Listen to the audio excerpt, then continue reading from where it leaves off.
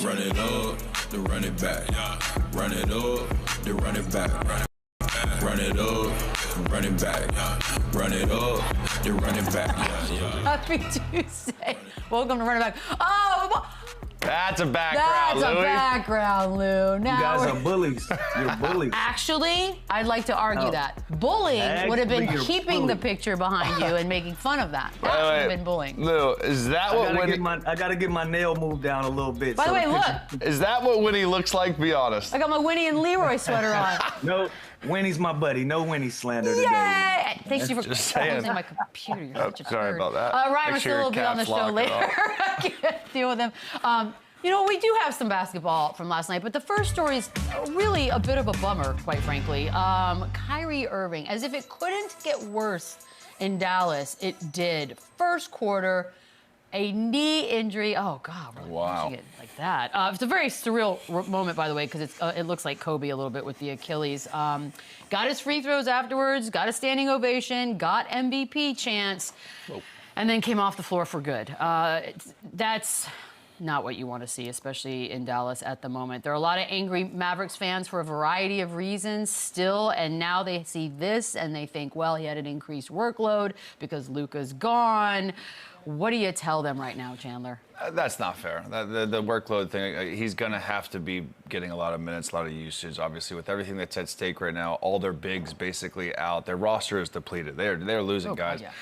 This sucks because obviously for them to even stay afloat right now, they have to have Kyrie Irving. They have to have him playing a lot of minutes and being very productive, which he's been. And he's been super aggressive. Ever since that LUKA trade, he has been extremely aggressive. And this doesn't look good, man. This does not look good at all. I hope the MRI comes back clean, but I think a meniscus or something even minor like that is a win in this situation. I hope it's nothing season-ending, but talking to some people, talking to some medical guys, it doesn't look good. And I fear that it's going to be something that might put him out for the season.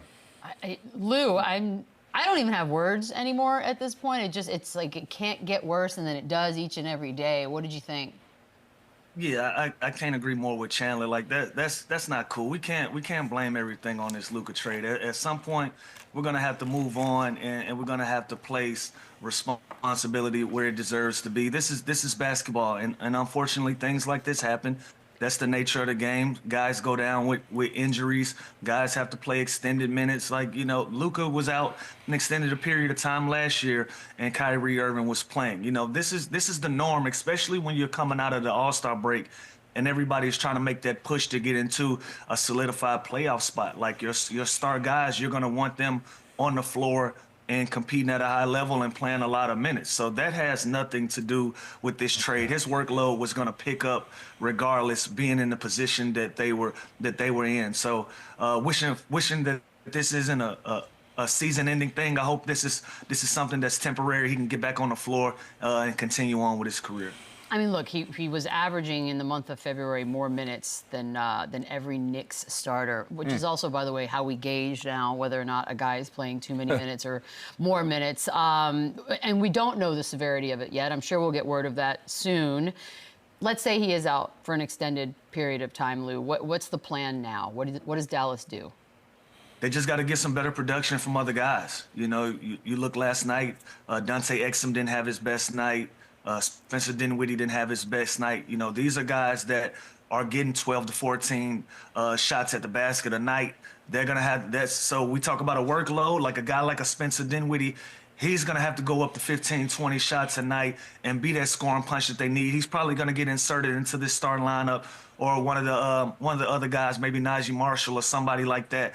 But they're going to need a lot of guys to step in. They're still in the 10th place, so they're very active, still in a position to win 2 games and be in a playoff position. So this is not a team that you're going to see that's going to fold that 10 up and take it home right now. They're going to keep trying to push forward and get into a solidified playoff spot, give themselves an opportunity, and try to give these guys a chance to get back. Hopefully it's something minor where you look at a Kyrie Irving where he's out 2 to 3 weeks where you can get him back. Anthony Davis is still out on a limb. And so if you have an opportunity to try to get your star guys back, that gives you a great opportunity to compete, especially in the postseason when you're already in that position. Yeah, and that would be a win if Kyrie's only out that amount of time, I think. But again, this isn't like a Philadelphia situation, right, where they're just garbage. Sit people, they're going to tank. They're still. Anthony Davis will be back. PJ Washington will be back. Those bigs are going to come back here. And again, knock on wood that this MRI comes clean here for Kyrie Irving. But they have enough to win. Like Lou said, Spencer Dinwiddie, Jaden Hardy, Dante Exum, these guys are going to now be thrown into this role. Klay Thompson, you're there. Again, he's not like kind of create his own shot, but he should be taking 15 to 20, 25 shots now with these guys out. So they're going to have to find it from somewhere else. But it really is. It's hard not to look at the trade. Like, think about since that trade, AD's out, all the bigs out, Kyrie's out. And meanwhile, it's hard not to look across the standings and see the Lakers rolling, and they're the 2 seed. And it's just an unprecedented fall from grace. They were in the finals 9 months ago, and now obviously these injuries are unpredictable. And I feel for Kyrie Irving, I feel for Anthony Davis, but these are 2 guys that are in their mid-30s that have had a history of injury. That's a risk to me. Guessing that Luka Doncic at 25 years old is not going to be good when he's their age, that's a crazy guess too. But we've seen it before, so that's a huge risk, a huge bet. We've talked about this since the trade, and it obviously hasn't worked out for health issues. We know how good they can be when they're healthy, but man, they just can't catch a break. It is shocking how it all just came crashing down. Like, it's one thing to maybe make this trade and they don't play well. It's another thing to just have everyone's hurt. And it's tough. And they have a little cushioning because the Suns are behind them. They have no chance right now with Kyrie Irving out. This can't be. When's AD back? Do we know? We don't know exactly, but it's again, they had enough to stay afloat with Kyrie, but man, if he goes down, it's tough. Yeah, and Chandler, they're a game and a half away from the 6th seed. Like, right. There's still a window for them to survive this. You just need the guys like you just mentioned, man. You got Klay Thompson over there. Klay had 2 points last night. We got to get going. Spencer Dinwiddie didn't have his best night. Dante Exum, Najee Martin. These guys didn't have their best nights, but if they can get it going, they might be able to survive this turbulence right now that they're going through with these guys being out, if they can click and figure it out. But since that trade, man, it's been a lot of bad juju in the Dallas Mavericks. For the Dallas Mavericks organization, been a lot of bad juju. If they can get these guys to buy in and buy into each other and try to right this ship and survive until these guys get back, I think they put themselves in a pretty good position still. I still got hope. The only unfortunate thing is, again, they're game and a half out of the 6th seed, but they have the Clippers, Warriors, Timberwolves, Kings that are all kind of rolling besides the Clippers. If I'm the Phoenix Suns, I'm like, okay, I'm only 3.5 games behind them now to even sneak in the play-in. So, again, they have to tread lightly here because they could just as easily go the other way, depending on the time frame of how long these guys are going to go out. I don't know. You giving Suns credit? I mean, no, but I'm saying if I'm the Suns, I'm saying, okay, our season's been a disaster. Maybe if Kyrie Irving's out for the rest of the season, maybe that's our last chance to pull this together. That is so sad. By the way, I'm glad I'm done hoping with this. Me too. Yeah, I'm not doing any of that. There's a glimmer. But the Western Conference this is going to be fun. We got a little more 20 or so games left for most teams. 5 teams at the moment within a game and a half of each other. So the play-in, I know there were mixed emotions when we first came up with this whole thing, but I am excited about it, Chandler. We could have the greatest play-in tournament of all time. It's going to be awesome. And the play-in was such a home run. Like to have an elimination, our little March Madness version of the NBA. It's great. And these 4 teams, again, barring health injuries from the Mavs, Kings look great. They've been on fire lately. Zach LaVine's coming off Player of the Week. Timberwolves, they're starting to figure it out. Anthony Edwards obviously has got to figure out some stuff. He's got to control his emotions a little bit, but that's the most talented team in this kind of 6 to 7 to 10 range. And the Warriors, we know how good they've been since the addition of Jimmy Butler, so they're all right there. The Clippers are kind of the team I worry about. They're the team that's, I think, they could end up literally missing the playoffs because that's from 7 to 10 right there. They're so solid, and if Dallas can find a way to get some health, but it's going to be awesome because I wouldn't even know who to pick. I don't even know what the spreads would be right now. Obviously, we're still a couple ways out, but it's going to be highly competitive, and all those guys have no reason to tank. All those guys are kind of built to win right now, so it's going to be great. And this is the time of the year that all of our talking points are going to come to the forefront. You know, it's going to come down to which teams are healthy, who has talent, the young teams, and then you got your veteran teams. Like, this is going to be the time where the good teams and the bad teams are going to start separating themselves based on experience and what you got in the tank. You know, like we just talked about Dallas. Dallas is falling a little bit because of injuries, but you see a team like a Houston sliding because of experience. They're a youthful team. They don't have it. The Clippers, they've come out of this All-Star break. I don't know what page they on. Like, they just can't figure it out. So this is the time of the year where you're going to start seeing teams separate themselves based on what position that their team's in, dealing with health and how much talent that you have available. So this is going to come down to the wire of all wires. And like Beadle just said, this is probably the play-in tournament that we've been looking forward to, with 20 plus games left. We're placing ourselves for some really good basketball. How about the Grizzlies? Their last 3 games, they've lost on 3 buzzer beaters. That's insane, by the way. The West is nuts. I ripped for the game last night. Oh my God! You did? The slow Euro game winner. I'm like, I don't think I've ever seen a Euro that slow buzzer beater. Real time. Here's the thing. I've already decided the Warriors for me are going to be the scariest of all of them. And there is a world maybe where they could move up a little bit, because right now you just mentioned both Houston and Memphis, and they're sort of trying to figure things out, and Houston's been dropping. Do you see that? Is there a world in which the Warriors move up? It's crazy because looking at that 6, I think the Clippers are out. I think the Wolves, I think the T-Wolves and the Warriors they sneak in there, and then if the Mavs, depending on health, and if the Kings can continue to roll and play with the new additions they have, I like them. So I think that 8th spot. Again, I think the Mavs are kind of screwed right now without Kyrie Irving. And again, we have to wait and see what shows up on this MRI. But it's assuming he's out for a while. Right. It's going to be the Kings or the Clippers. And I right now, again, it's what have you done for me lately? I have to go with the Kings. Kings. I think Warriors move up. I Yeah, really do. I'm looking. I think Warriors stay still in the 6th spot, and the only reason I say that, they got a 4-game gap right there between 4-game gap and 5, and a 5-game gap from 4. I don't see Memphis and Houston sliding to the point that they had. I think they went through what they're going to go through, and they're going to be steady from the rest of the way out. So I like the Warriors where they stand right there at 6. It's going to get tricky from 7 to 9 for me, because I feel like the Timberwolves, they have the most talent, but the Sacramento Kings are rolling, and you're seeing the Clippers, they're going through it right now, coming out of that All-Star break. They're very sluggish, but they're also a team that can wake up at any moment and put pressure again back on the Warriors. But right now, I like the Warriors staying in 6, and I can see the Sacramento Kings getting themselves at a spot at the 7 right now. God, give me Warriors-Lakers first round 3-6. So I was thinking about that, but would we be disappointed it was the first round? No. Yeah, let's get it out the way. I think it'd What do you mean, get it out of the way? Battle of the fittest. Let's get it out the way. Yeah, I would love it. I don't know. I kind of want to cherish it. I want to have it there for a while. I don't want it to be the first round. The Suns. Oh God. There's Suns. Hope. Hope for what though? Make the play-in? Is there hope really? Yeah, that's about it. And even if they, so here's the difference, right? I think when we talk about the Warriors back then making the play-in, it was like, oh, you don't want to face them. Does anybody feel like that about the Suns if they make the play-in?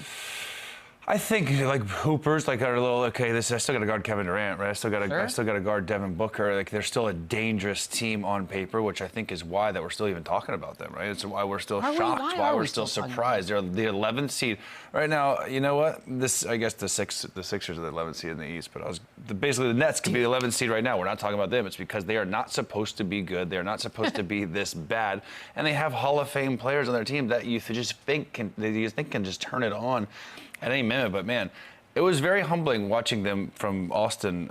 That's because they just look cooked. They look defeated. They don't look like they're having fun. They don't play together. They don't play hard. Their defense is really, really bad. So it just seems like there's no chemistry, and there's a lot of butting heads, and then all these trade rumors, whether they're true or not, it's just, I've never heard so many in the middle of like a season. We've never heard Devin Booker. Yeah, like Devin Booker to the Rockets. I'm like, it's just crazy. Everything you hear from their camp, from their organization right now is negative, and they're losing games. So it's tough. Me and Lou, we've been ride or die for the Suns, and but who wouldn't be? I mean, if you even know who these people are, you would be like, whoa, this team's going to be amazing. They just aren't. I feel like they're not bought in. They're not playing winning basketball. They don't trust Bud. By the way, the Trailblazers are there. They are right there behind. And they've been playing.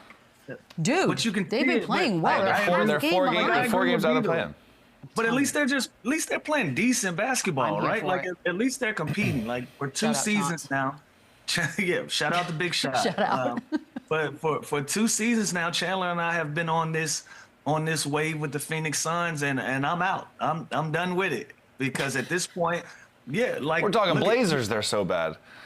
Yeah, like the body language isn't there. The narratives, the comments that are coming out of that camp, it doesn't give me the confidence. And I've played for Bud. I know what type of coach he is. So when you kind of hear these little subtle riffs going on between Bud and the players, I understand what's going on. Bud has a very college coach mentality. You know, he feels like a lot of things stop and goes through him, and that just isn't how it works in the pros. I'm sure he knows that he's a championship coach, and especially when you have superstar guys in your locker room, some of the messaging that you might be trying to get across at this points in their careers may not be resonating with these guys, and so you got issues there. So for that reason, they're still in the 11th seed. They've yet to put together one of those 8 to 10 game runs where we're saying, you know, they're 8-1 in their last 9 or 8-2 in their last 10. Like, we haven't said that about them since this big three has been together, nor have we said it since Bud has been their coach. And for that reason, I'm cool. Dude, this is what it's like to get dumped by Lou Will. That's what it feels like. He's just out. And I will say this, if you're in the fans of the Phoenix Suns, or you respect the swing and the miss for the new owner with Ishbia, like he put this team together, such high hope, expectation, at least you know you have an owner moving forward that's willing to take these risks. Just didn't work. It just didn't work. Sometimes it just... It's not you, it's me. It's just bad chemistry. We did have a game last night. The Utes were out full force, the Rockets and the Thunder. SGA with 51. OKC wins. By the way, Houston, no Şengün, VanVleet, Brooks, or Thompson. He still had his 51, though, SGA did. Jalen Williams finished with 24, 4, and 3. Reed Shepherd got a start. Hey! 25 points. That's for you, Chandler. P.S. SGA now leads the league in 20, 30, 40, and 50-point games this season. Lou, he's your guy. Look at the pride on your face. Best pure scorer in the league, Lou. What do you say to that? He's the best pure scorer in the league. He's the best player in the league, and he's a clear front runner for the MVP. He's done everything that we've asked him to do and more, and he's still adding to his resume. Like, at every point where you think you want to doubt this Oklahoma City team or you want to doubt SGA individually, he gives you another step. He gives you another layer that you didn't know that he had to his game. Like, you watch these clips, like, it looked like he's out there playing by himself. Step back threes, getting to the lane, doing everything that you can imagine that you would want for your star player to give you at a high level, man. So kudos to him. At this point, I don't know if there's a debate anymore about where we stand with this MVP argument, but he's the best pure scorer. He's the best player in the league. He's the MVP, and OKC is still the best team in the league right now, with the exception of, you can make an argument for Cleveland or even Boston making that run, but OKC has been that one consistent, and that comes on the work that SGA has put in. Go ahead. Well, we have a fun stat. Do you want the fun stat first? Sure. Okay, show me the fun stat. I'm very scared because I'm not 100% sure I know what the fun stat is. There it is. What? Has more 50-point games than 99.4% of all players in NBA history? I'm on that list. My God. I don't have one. Oh, okay. I thought I was like, what's the list? But part of it, the 0.6 or the other. Wow, that's a fun fact. I'm in the big number. You're like, on the back side. Like Reed Shepherd too. He eventually just started his. Look at you. He had an Finally get to talk about him. He had an unbelievable game, 25 points. I want to bring him on the show. You always talk about coming to the league moment. Oh, yeah. The league. It has to be getting up 50 ball with SGA. The MVP puts 20 on you in the first quarter at his first start. Oh, my God. But yeah, SJ's unbelievable. He's one of those players. He just plays at his own pace. He's so big. When you put a guy like Reed Shepherd on him, last night 2 or 3 times he fumbled the ball and then just like shot over Reed. Like it was ridiculous how good he is at a step back. He can stop on a dime. Listen, I think he's running away with the MVP as well, like Lou said, just especially because the team's success and what they've done. They've been the most consistent team all season long. It has a lot to do with SGA. He buys in on the defensive end. He gets his teammates involved. Just the way he carries himself, too. Just that confidence, the poise, like never gets too up, never gets too down. He truly is remarkable, and it's the MVP, barring something nuts, it's his. Okay, but what about best player in the league right now? Is that also him? No, I'm taking Jokic. So here we go. There. Okay, that's interesting. But I mean, listen, he's the right best. now, today. Yeah, like Most if I'm thinking, 20s, most 30s, most 40s, most Same 50s. moment. I don't care. like if I'm It's him. picking one, like in a draft right now, and I get the first pick of anybody, and they're Okay. playing not like a stupid All-Star game, like a real game, like I still got to take Did Jokic. you just call it a stupid all-star? What are you, Draymond now? Like, no, what are you doing? I'm just saying, if I got one pick to still go into next season That's with, fair. I'm taking Jokic. Are you taking SGA one not- pick? Of course he That's is. moving. That's moving the goalpost. But obviously, you know who I'm taking. I'm taking SGA. He's on the best team. He's the best player. The numbers are there. Like, he doesn't have to average 15 assists a game. He doesn't have to go out and get 15 rebounds a game. He's going out there and doing his job, and it works for this team. They win games by committee, and he's the best player by committee on that team. Answer me By this, far. though. Does the Riddle best me. player in the NBA always win MVP? Absolutely not. Right, like But LeBron he's would both. have He's 15. Yeah, absolutely not. But he is though. This year, that's the case. The best player is gonna win MVP. As gaudy and as talented as Jokic and his numbers are, SGA has simply been the best player for his team in the league. They've been the most consistent. He checks all the boxes. I don't know what else we want out No, of him. he's got my vote. The Nuggets are 11 games. you have a vote? back. Yeah, I got a vote. That doesn't make any sense to me. How do you have a vote? They're 11 games back. Like, Yeah. it's SVP. It's SVU. I love it. I've watched 30 hours of it in the last 2 days. All right, guys, we're going to take a quick break. When we come back, we'll get the opinion of one man, and it'll determine the end of this conversation. Is Ryan with an E? Yeah, Ryan with an E on the other side. Don't Russillo's trust back. him. Do not trust him. He's back. Ryan Russillo joins the show. There he is! Okay, Ryan, we just got off the SGA best player in the league right now. Do you have an opinion about that? I do. It's Jokic. I thought I didn't like you this whole time, Ryan. Why did you think you didn't like him? Just because he spells his name with an E and never Oh. really trusted it. That was Well, his I didn't first- have a vote at the time of the birth certificate. That's fair. We're going, by the way, we're rocking the handlebar. Yo, here, what's going Coach. on here? 70s baseball? What is this?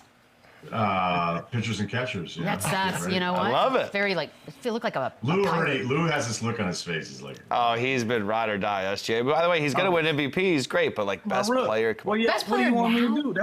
That's my rook. That's my rook is the MVP. I'm supposed to be proud.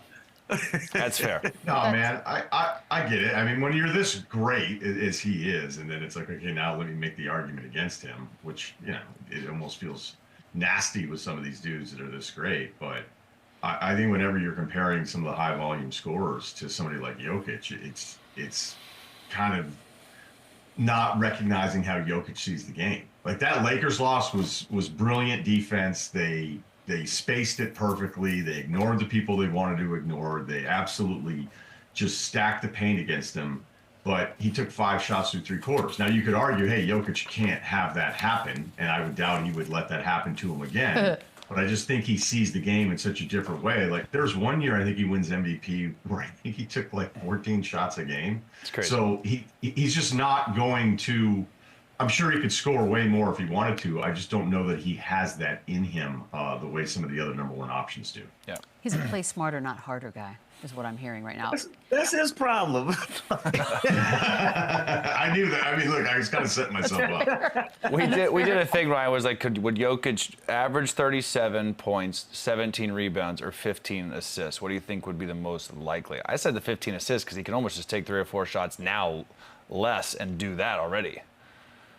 It would, yeah. The 15 assists, I'd like him to have better shooters because I really think it's going to be a problem in the playoffs, seeing some of the stuff the teams are doing against him defensively where, you know, I don't really care who you are. When 4 guys have their foot in the paint and you have a catch at the elbow, unless he's going to start pulling up 15-foot Hakeem shots, which he just doesn't really want to do. You know, there's a lot of guys like, you know, whenever we saw that like scoring burst that was insane last season. Like, I always think about Steph, and if Steph just decided, hey, I'm going to try to get 60 tonight, I think he could do it. I think he could do it way more. But I think there's a lot of guys that could go, I could just be gross for a week, and let's see if I can get 60. But I think everybody learns in this game that eventually it's like, cool points, bro. But, you know, we're trying to, you know, basketball is very connected. Guys have to, just like little kids, I need to touch the ball if you want me to play defense and rebound. So, I think Jokic kind of sees the game that way, and look, the MVP is one conversation, but I just don't think there's another player better than him. I think he's on this thing, yeah. I agree with you, Ryan, but this thing changes year by year. Last year, Jokic was probably the best player in the league. This year, he's doing more of the similar things, but you've seen growth in SGA's game. So when I say SGA is the best player in the game, Jokic is right there. It ain't like it's a big separation for me. But this year, I think SGA has been the best player in the game. And like you talked about, Steph, if he wanted to go out there and go get 60, like he could on a night and night in. And trust me, when it comes to NBA players, if they can do it, they're gonna try to do it. And so there is a window where Jokic could go out and get 30s and go get 40s. But he plays the game in a different way. And for that reason, when you have a guy who has the most 20s, the most 30s, the most 40s, the most 50s this year, he's going out there and putting the team on his back, and he's been able to do it for 4 months now. You got to take that into consideration. I think he's the best player in the league this year. I just love seeing Proud Lou. Yeah, I have nothing to add to that. Yeah. You're right. Proud Lou. And the glaring stat is they're 11 games up. They're the number one seed. If the Nuggets happen to be a half game back, I think we're looking at a different. I think it's 50-50. We're having a different conversation. Yeah. Absolutely. Yeah, but I mean, at any point, do you think of like, if the other team is that much better, doesn't that help Jokic's argument? No, because we didn't make that argument for him. Yeah, because we never really do that. Let's say, but shouldn't we? I think the MVP should be the best player on the best team. I think that makes the most sense. When we're voting on it, yeah, some guy on the 9th seed could average 35. So but would you who vote cares? Donovan Mitchell if they have a better record? See, again, I think because he's still averaging 32 points a game. Like, yes, the team is good, but it ain't like he's averaging 22 and you got 4 other guys averaging 18. It's like, no, I'm still averaging 32 points a game on the best team with the best roster, and I'm still doing my thing at the highest level. Still doing it. All right. I just get confused on what we're voting for, but we are not voting for anything. MVP, I'm open to it. I'm not open to anybody in the world being better at basketball than Nikola Jokic. There it is. I can respect it. There it is. Can I said, if it's not one, it's two. It ain't a big gap from those two. If you're not winning, you're losing, though, Lou. Technically, so there is that. My guys winning. I'm not sure 100% comfortable that SGA is past Giannis. Oh, dear. And I'm going to go ahead and change this now to Dallas. He's going to get him. Can we talk about the Dallas Mavericks fan base right now? Because every year somebody suffers, right? The Sixers I'm fans with you now, Taylor. I don't trust that E in his name now. Now he's off on the E as well. But given what we just saw last night with Kyrie Irving having to be helped off the court and now going to be out for an extended period of time, I'm sure, is this the most pain we've seen a fan base go through in a pretty short amount of time? Yeah, we were talking about this last night. I was at a dinner, and guys were trying to put together, like, what's been a worse time than this? I don't know that Sixers fans have had a blast, but they're the face of their franchise, the guy that was going to guide you for 15 years, wasn't traded in a market where apparently no one else knew that he was available, which I'll still never understand. I mean, we could go through some really disappointing years. Like, I don't know that Nets fans are like, hey, this is awesome. So after the Milwaukee playoff run, and then it's like nobody wants to be here and doesn't want to be here again. It's like, hey, you get Ben Simmons. It's like, awesome. This is a blast. But again, there's no one that you are as emotionally tied to as LUKA. I mean, there's something to be said when your team is drafting him and then the draft night trade. And I think there's always still this odd, despite our access to Wi-Fi in a lot of places, like, who's this guy again? Is LUKA really going to be this dude? It's still kind of funny how an ocean can just get in the way of like watching somebody be as great as LUKA was at 19 years old, winning the MVP. And doing the stuff that he did, and you're still like, is it going to be this good? And it's not only is it going to be this good, like, he's really special. For all these players that we talk about, like, are they high volume scorers on bad teams, or are they actually truly great? And I think there's a list of players that I like that haven't done anything in the playoffs. There's a lot of players that I don't necessarily love that put up huge numbers that have never done anything in the playoffs. And here, LUKA, wherever you were in the debate of who he is, you had the Western Conference Finals run against Golden State, and then you make it to the finals last year, and you get through really tough teams in the West. So he was everything you would want. As far as like, it's kind of a good back end of what we were just doing. There are times when I think he's the second best player in the world.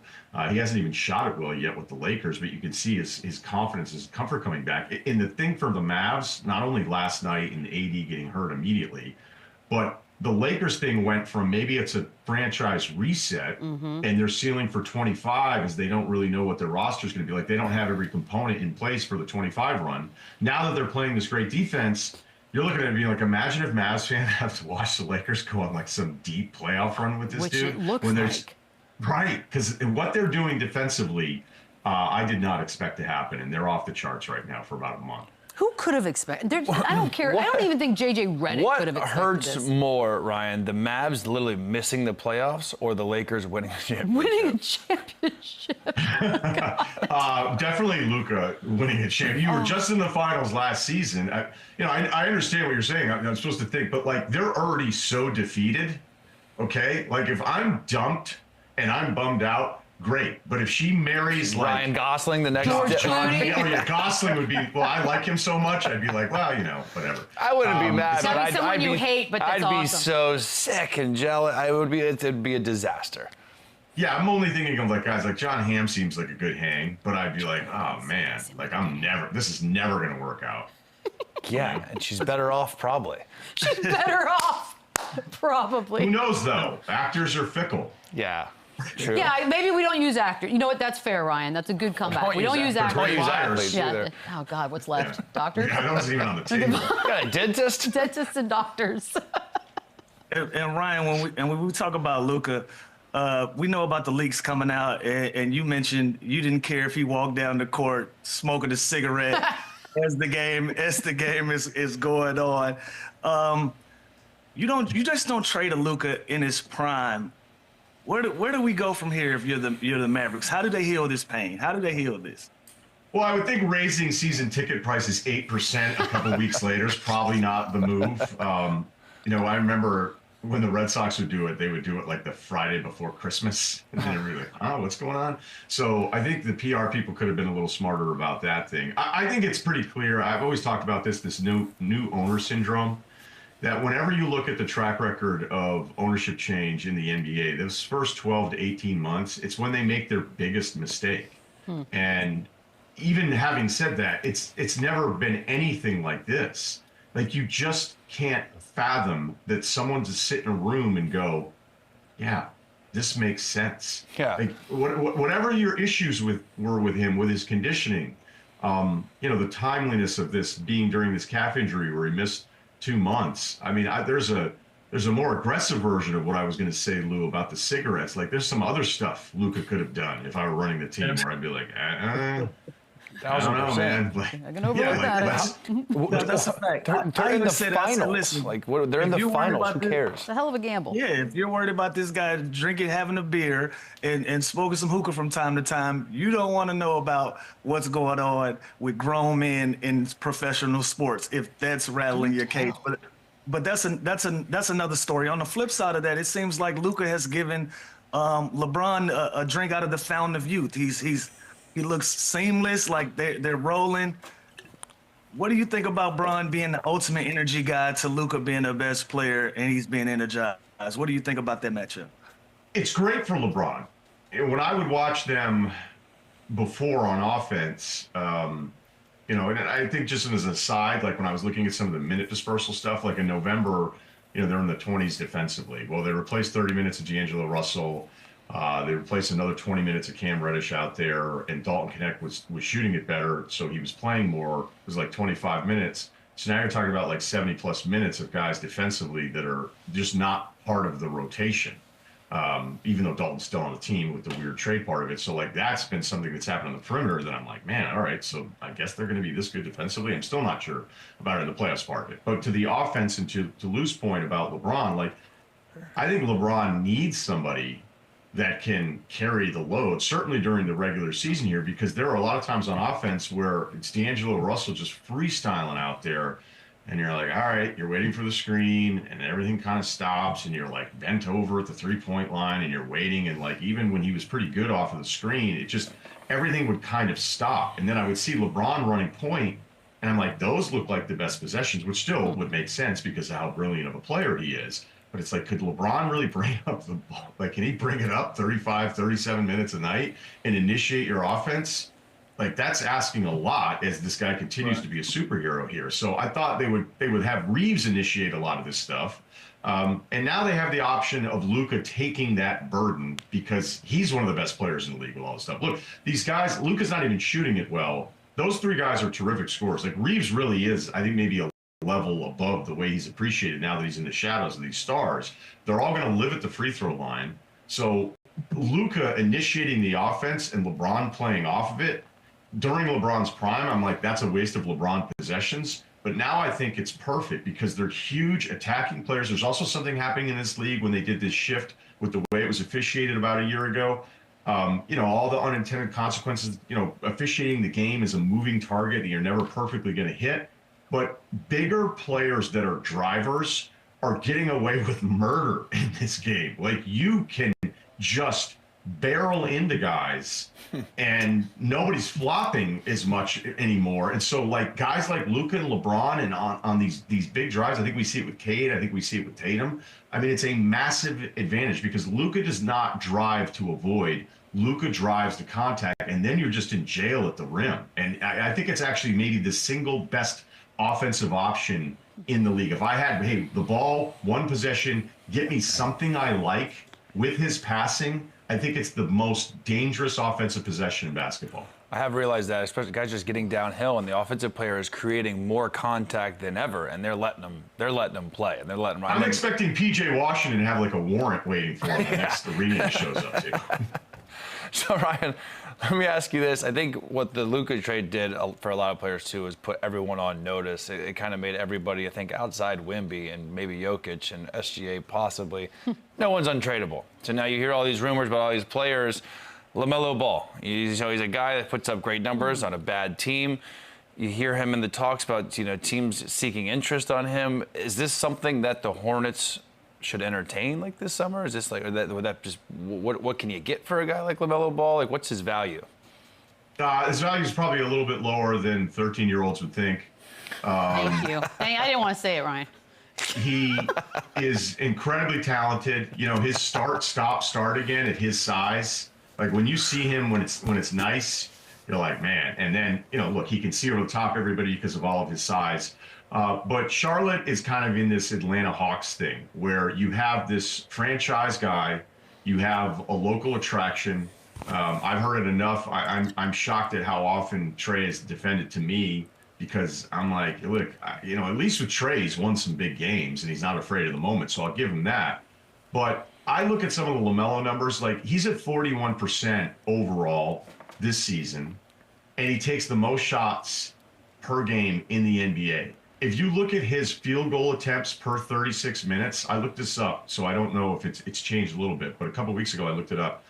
It's the most field goal attempts per 36 since Kobe in 2006. LaMelo's nice. That should not be something that happens, okay? So they're in this, I don't want to say that they're stuck because this ownership group is different. I think they're smart. I think they get it. Again, I don't know that the market for him would be as desirable as maybe the numbers would tell you and the popularity, but this team is stuck. If this is what they're going to run out there every season where it's like, hey man, just go for it. He's been through a bunch of coaches. You can see at different times. Every coach that he's had has had moments of like frustration with his approach. So like when it's rolling, it's fun. The shot making, again, the passing, it's not somebody who's without talent because that would be so unfair of me to say. But his approach to the game holds your franchise back. And I don't know how long it's going to take for him to mature and evolve and get to that point where it's like, you need to find a way to play this game a little bit differently because this doesn't work. Yeah, it's like a fun video game, but then is it a champion? But also, like, is he the 1A franchise piece for the Hornets moving forward too? Like for the Hornets of Charlotte? Yeah. Ryan, question. Right now, your hottest take in the NBA is what? Well, I wasn't prepared for this. I know, it's tough. And you can't say Ryan Gosling. Well, thank you. Well, now that that's off the board. Well, what about Ray Fine and Chelsea Handler possibly being a couple? Think about that while you come up with a basketball one. I will think about that all day. I saw an interview with her the other day, and I was like, do I need to ask better questions? What, they call her daddy one? Yeah, I was kind of like, maybe I'm not doing a great job interviewing people. The French guy that walked by, the English guy that walked by? We gotta change our ways, dude. I got Ty Jerome Thursday. I'd be like, so, let me see here. Ask Ty Jerome his favorite Chandler Parsons story on Thursday, will you? I will. I have terrifying. Right here. So, look, this is good. I think I like the Cavs better than Boston. Oh. Yes! I love this take. That is scorching hot. I love this take, Russillo. I'm with you. Well, maybe I'm jinxing it, but I love that take. I could be totally wrong. It could be a little recency bias. They're going to beat the Celtics 4 times, Ryan? Yes, they are. They are. Stop. Yeah. But you know what, though? Like, hey, they haven't been there. But I hate that stuff. Because if we all were married to the haven't been, then no one knew would ever win. Like, there has to be a moment. Like, when I hear people say that about OKC, I go, well, give me, like, okay, so they're just going to lose? Like, the amount of disrespect that I hear, I think it's more on the player side about OKC. And if the default is always, well, they haven't done anything before, it's like, no, you need to sell me harder on that. And I think look, Cleveland is like 9 deep. They have all these different options. I think they'll split the bigs depending on the matchup, which feels like Mobley's minutes, which they did against Boston there. And, you know, the stuff they have coming off the bench. And my biggest thing with them was always, okay, well, where are they going to find 2 guys in their perimeter rotation to handle Tatum and Brown defensively? And at least with Hunter, there's an option there, right? There's an option for those minutes. And he closed in that comeback win against them last Friday, where, you know, when you're looking at like the last 5 minutes, it's like, who's Atkinson going with here? And he went with Hunter. And then there's other times where you're like, okay, they're fine without him because they like Strus just flying off of screens and catch the ball. So I'm not like, I'm thinking about proposing to that take. I wouldn't say I'm married to it right now, like but it. I was like, I didn't care if the Cavs swept Boston during the regular season. I felt like the perimeter matchup thing was going to be too much to overcome in the playoffs. Like, I didn't care about it. I have shifted since this last month. Yeah. All right, that's a good one, Russillo. We love you and we mean it. And we will talk to you soon, sir. Appreciate it, Ryan. Keep a stash. Sure. All right. Good to see you, Lou. Yes, sir. Yes, sir. Run it up. Why not? Better time for power rankings than today. Chandler, you got the evens. Lou, the odds. Go. All right, that means I'm starting off with number 10, and this is quite possibly the hottest team in the NBA. 9-1, the last 10. Detroit Pistons, number 10. Possible Coach of the Year, JB Bickerstaff. Stud, Cade Cunningham. Love what they're doing. No matter what happens in the playoffs this year, this team is for real, and they're going to be around for a while. Okay. I could even make a case that they can be lower on this list, but I like them at 10. I like what they're building at 9-1. So at number 9, we're going to go with the Houston Rockets. Houston was supposed to be top 5, Chandler. They were there all year this year.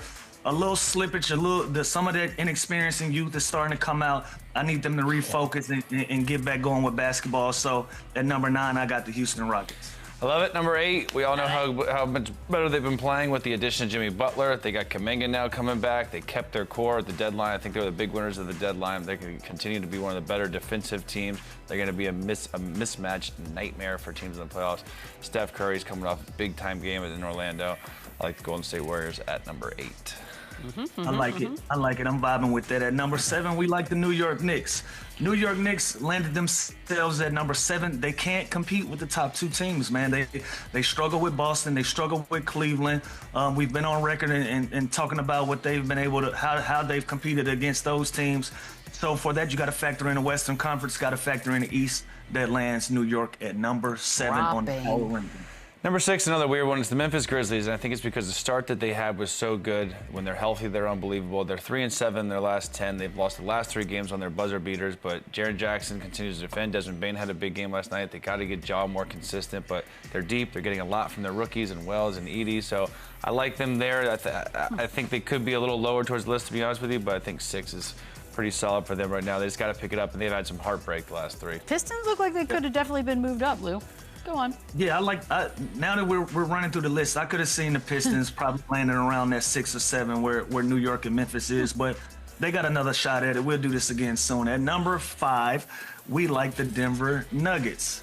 Now, when you have NIKOLA Jokic, that always gives you an opportunity to win games. But right now, teams are starting to guard Russell Westbrook a little funky. Jamal Murray is starting to wake up a little bit. But because of that, I just don't know. They're not going to beat one of the 4 teams that's before them. So I like them landing at 5. Number 4. Here it comes. Your own Los Angeles Lakers, Michelle. The best defensive team in the NBA right now. Obviously, you had a guy like LUKA. They're versatile. They're deep. They have all these active wings. They can really defend, guard, switch everything, guard 1 through 5. They're healthy. I'm really surprised. I'm shocked. They're 38-21. It's been a hell of a year. Can't ask for a better year for Coach J.J. Redick in his first year. They're going to be another tough out. I like them right now at number 4. Okay. Yep. Why is your energy dropping off? Get it up there. Come on, buddy. Let's go. I'll bring it back. And we got to give JJ his credit, man. We had criticisms at first. He's a legitimate coach. Give him love. At number 3, we like none other than the Boston Celtics as the champions from last year. They're landed at number 3 because Cleveland is playing better basketball, obviously, in the Eastern Conference. But I also feel like they're in that position where they're kind of laying dormant. They know what they want to do. They know they have an identity. They know that they're a defend first, 3-point shooting basketball team. They're going to wake up at some point and start putting pressure on Cleveland as this season go on. But at this moment, I got Boston at number 3. And by the way, this is just power ranking of what it is right now. Like, I still think the Celtics beat the Cavs in a series, but right now I got to go Cleveland Cavaliers. They're 50-10. The addition of DeAndre Hunter, I think, is going to be the sneakiest, best trade deadline move outside of LUKA. He gives them exactly what they need. He gives them another wing defender to when they do face the Boston Celtics in the Eastern Conference Finals this year. He's one of those guys that can guard Jaylen Brown, Jason Tatum, and make it a nightmare for them. So Cavs, there's no denying. They're unbelievable. They're deep. They can shoot. They defend. Great guards, great bigs. They have it all. They have it all. And we got back-to-back number 1, Oklahoma City Thunder. They've been the most consistent, best team in the league. We took the training wheels off. We're not calling them a young team no more. They are a legit contender for the championship to compete against whoever's going to come out of the East. They're going to put a lot of pressure on the Western Conference. This is led by MVP favorite SGA along with Jalen Williams. Chet is back in the lineup. They got a lot of different guys that can play a lot of different positions. They check all of the boxes. They got guys that can defend and score at a high clip. For that reason, they are number 1 on our power rankings for the month of March. Would either of you gentlemen like to take a little bet with me that I don't think the Thunder nor the Celtics are coming out of their respective conferences? I think it's like Lakers, Cavs. I think it's, yeah. LeBron back. All right, let's do the bets. LeBron back to Celtics, Cleveland. no Thunder. No, I don't think either one of those. Just think about it. Yeah, we'll come up with the terms. Oh, I thought about it. I'll take the bet. Okay, well, terms to come. Yeah. Quick break. We'll be back on the other side. I can't wait for that one. Like, here's my thing with the power. Okay. Well, this just in from our buddy, our pal Shams. Torn ACL in his left knee, out for the season. He appeared in 50 of their 62 games. Sucks. Speedy recovery to Kyrie, man. Sucks to hear that. Yeah, this is a bummer. It can't get worse after this. Good Lord. We'll see you guys tomorrow. Have a good one. Run it back, run it up, run it back, run it up.